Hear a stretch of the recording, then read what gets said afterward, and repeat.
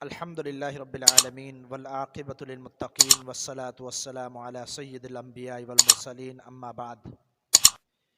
ایک بہت ہی اہم سلسلہ ہم نے شروع کیا ہوا ہے، وقتاً وقتاً ہم اس کو بیان کرتے رہتے ہیں، وہ ہے بدیع التفاسیر، بیان بے نظیر قرآن۔ بدیع التفاسیر سید ابو محمد بدیع الدین شاہ راشدی رحمہ اللہ کی تفسیر، اس کا ہم مختصر آپ کے سامنے اردو میں ترجمہ کر رہے ہیں تاکہ آپ بھی جان سکیں کہ ایک علم کا سمندر اپنی اس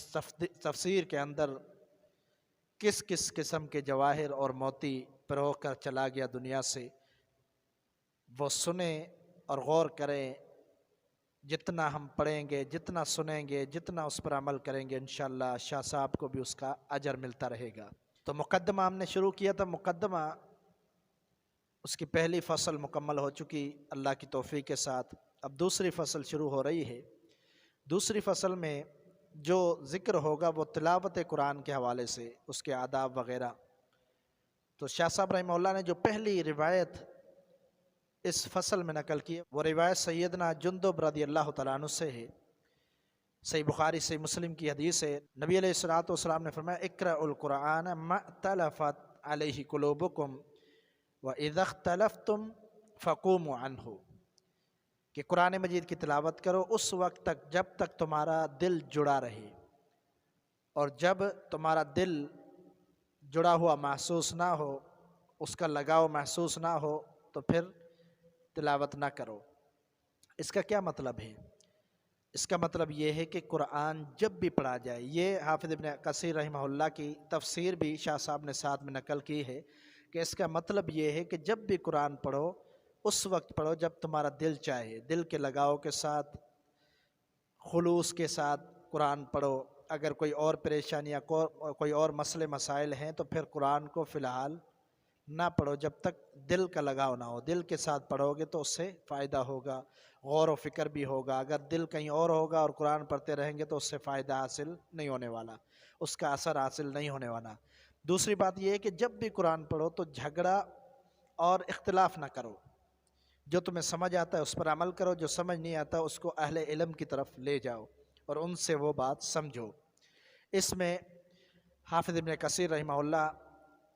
حوالہ دیتے سیدنا عبداللہ بن مسعود رضی اللہ تعالیٰ عنہ کا،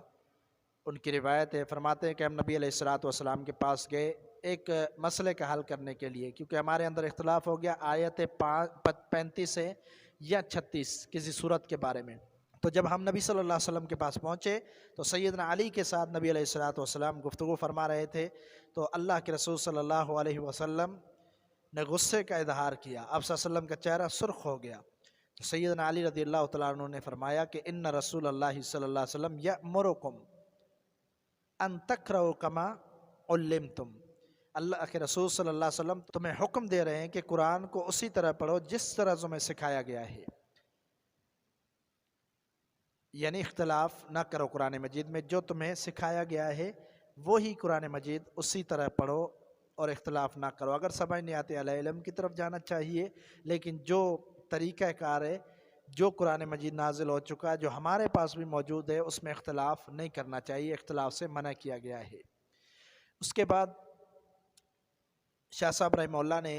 جو روایت نقل کی ہے وہ سیدنا برا بن عازب رضی اللہ تعالیٰ عنہ سے ہے۔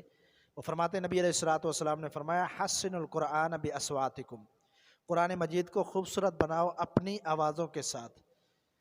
جب تم اچھی قرأت کرو گے، خوبصورت بنا کر پڑھو گے تو قرآن کے خوبصورتی میں اور اضافہ ہوگا۔ یہ روایت سنن دارمی کی ہے، اور اس کی وضاحت کے لیے جو شاہ صاحب نے تذکرہ کیا ہے